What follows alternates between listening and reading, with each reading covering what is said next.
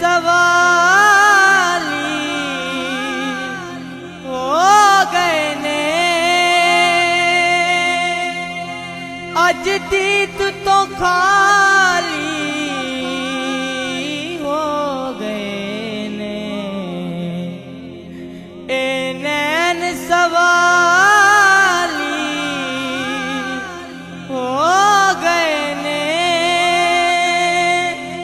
अज दीत तो खाली हो गए ने।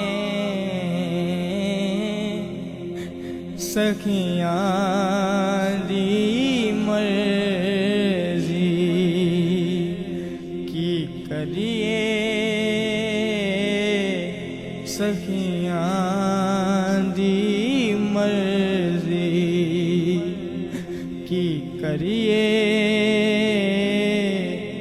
जड़े छोड़ के कासे